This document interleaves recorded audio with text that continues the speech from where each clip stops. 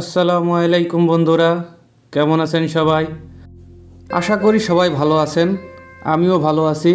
তো বন্ধুরা, আমি আজকে আপনাদেরকে এই ভিডিওর মাধ্যমে দেখাবো একটা ওয়াশিং মেশিনের টাইমার কেমনে চেঞ্জ করতে হয়। তো বন্ধুরা, চলুন ভিডিওটি শুরু করা যাক।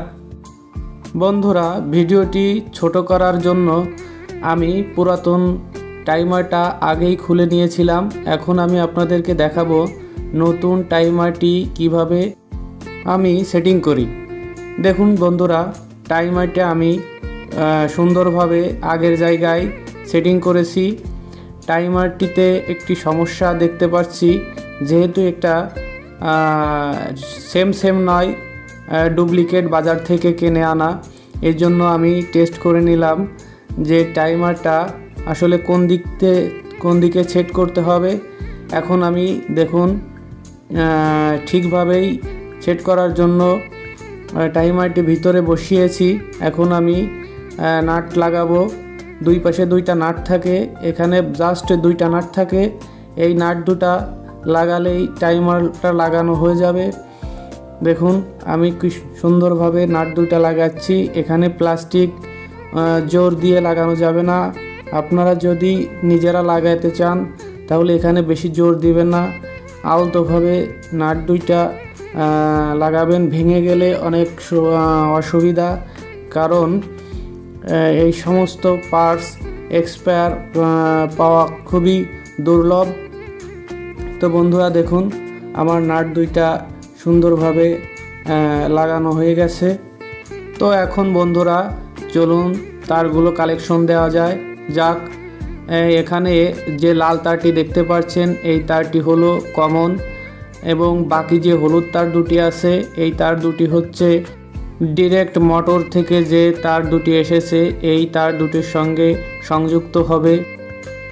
সব থেকে বড় কথা হচ্ছে, আপনারা যখন এই তার দুটো সেম কালারের সঙ্গে সংযুক্ত করবেন, তখন আপনারা সুন্দরভাবে এই সংযোগ স্থানে টেপ ব্যবহার করবেন।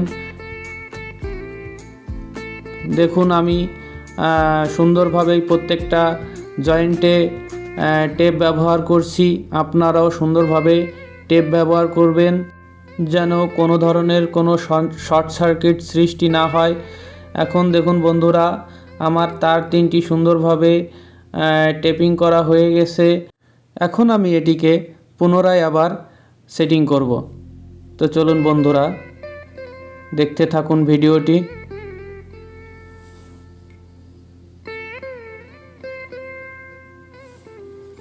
একটু ঝামেলা হচ্ছে, তারটা নিচের অংশের সঙ্গে পেঁচিয়ে গেছে।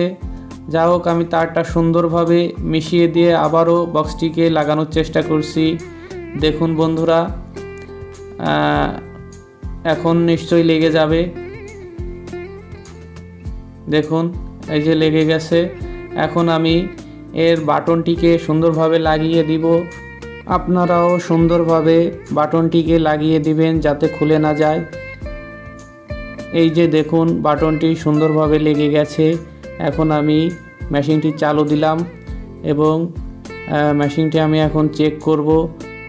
তো দেখুন বন্ধুরা, মেশিনটি আমি এখন সুইচটি চালু করলাম এবং মেশিনটি ঘোরা শুরু করেছে। এই যে দেখুন, বাম দিকে ঘুরছে, আবার দেখুন এখন ডান দিকে ঘুরছে। তার মানে আমার টাইমারটি এখন সুন্দরভাবে সেটিং করা হয়েছে।